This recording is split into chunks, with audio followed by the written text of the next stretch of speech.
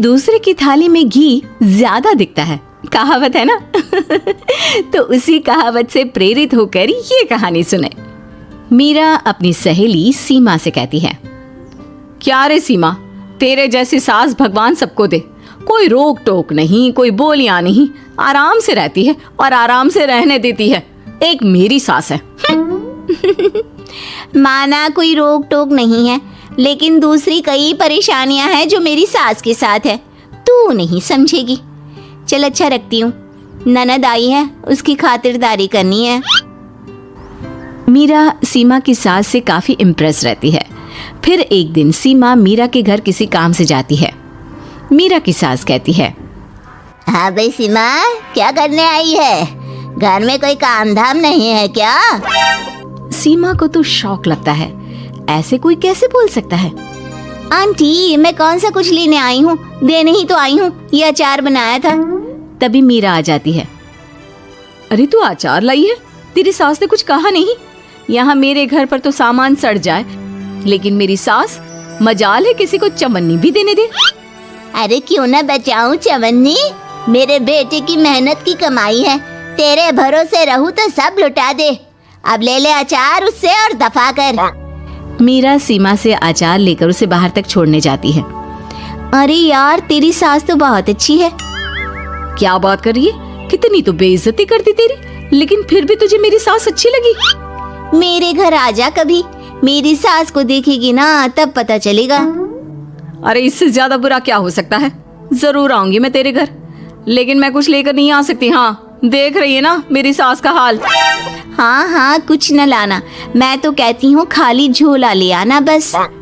सीमा चली जाती है। फिर क्या, दोनों अपने काम में लग जाती हैं। लेकिन एक रोज न जाने क्या होता है, मीरा सीमा के घर आती है।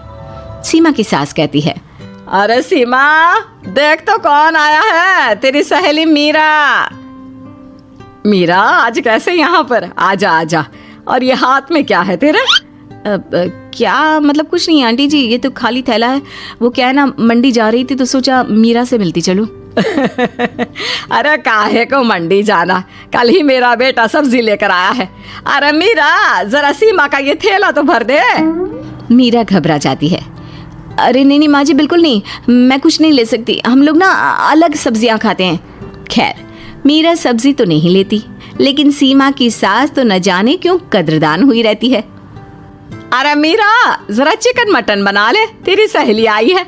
मैं फोन कर देती हूँ, वो दे जाएगा। और सुन, मिर्च जरा तेज कर देना। लेकिन मीरा तीखा नहीं खाती है माँ जी। अरे खाना चाहिए। अब सीसी करेगी ना तो नाक का सारा कचरा भी निकल जाएगा। हाय रे, कितनी अच्छी है तुम्हारी सास।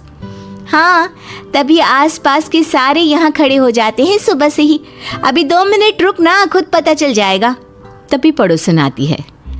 अरे बहन जी, चाय का वक्त हो गया, सोचा चली आऊं आपके घर।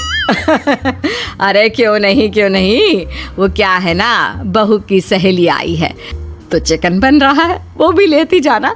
मैं जरा ज्यादा ऑर्डर कर देती हूँ। और हाँ बहू, पकोड़े भी तल ले चाय के साथ। जा जा मीरा बेटी, सीमा की मदद कर दे जरा। मीरा सीमा के पास किचन में जाती है, जहाँ सीमा सास को कोस रही होती है। घर में कितनी मुश्किल से सब्जी और राशन आता है, लेकिन ये नहीं समझेंगी।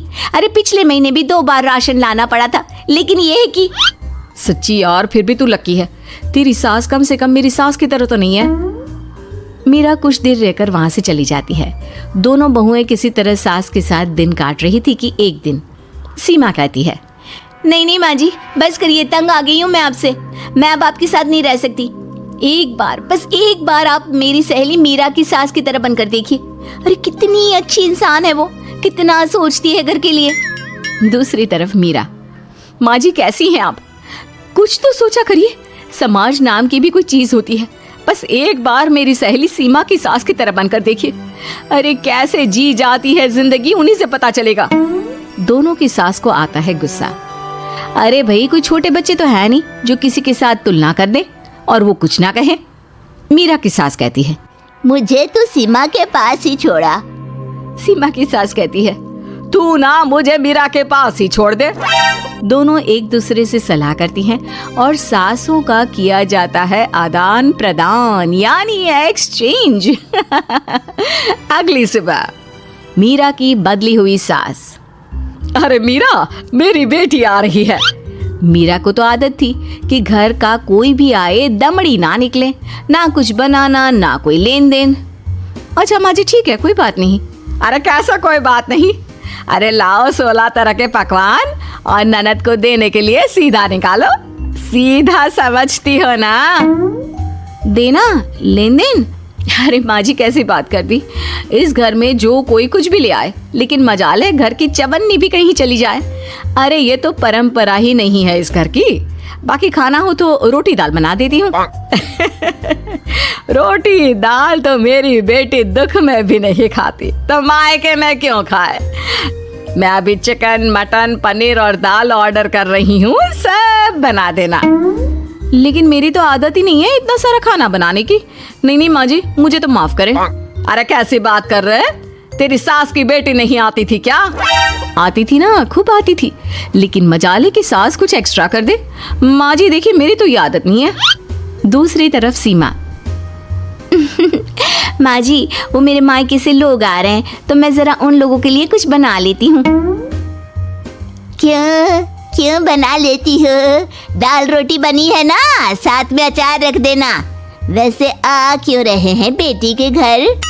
सीमा को तो बहुत बुरा लगता है। कहाँ तो उसकी सास पड़ोसी के कुत्ते को भी घी की रोटी खिलाती है, और कहाँ ये मीरा की सास जो उसके मायके वालों के लिए सूखी रोटी अचार रख देने की बात कर रही है।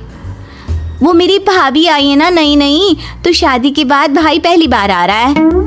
हाँ तो उन लोगों को बोल दो, हमारे घर का रिवाज है सास के लिए 10 साड़ी हार और सजावट का सामान लेकर ही आना, समझे? सास तो बोली जा रही थी, लेकिन सीमा को कुछ समझ में नहीं आ रहा था कि वो क्या करे। सीमा का पति। अरे सीमा क्या हो गया, तुम्हें तो माँ से बिल्कुल ऑपोजिट चाहिए थी ना। कहाँ माँ हर किसी के आओ भगत में तुम्हें लगा कर रखती थी, लोगों से खूब मिलती, घर का सामान बांटा करती थी। अरे याद है ना, तुम्हारे घर वाले आते थे 1 पैकेट लेकर और जाते थे पूरे 10 थैले के साथ। अब आएंगे 10 पैकेट लेकर और जाएंगे खाली हाथ। सही है। नहीं नहीं, मुझे नहीं चाहिए ऐसी सास, ये सब तो मुझे पता ही नहीं था। सीमा घबराकर मीरा की सास को लेकर उसके घर जाती है, जहाँ मीरा। सीमा ले जा अपनी सास भाई। हाँ हाँ, मैं भी तेरी सास वापस ही देने आई हूँ। चलो मम्मी जी, मेरे लिए तो आप ही सही हो।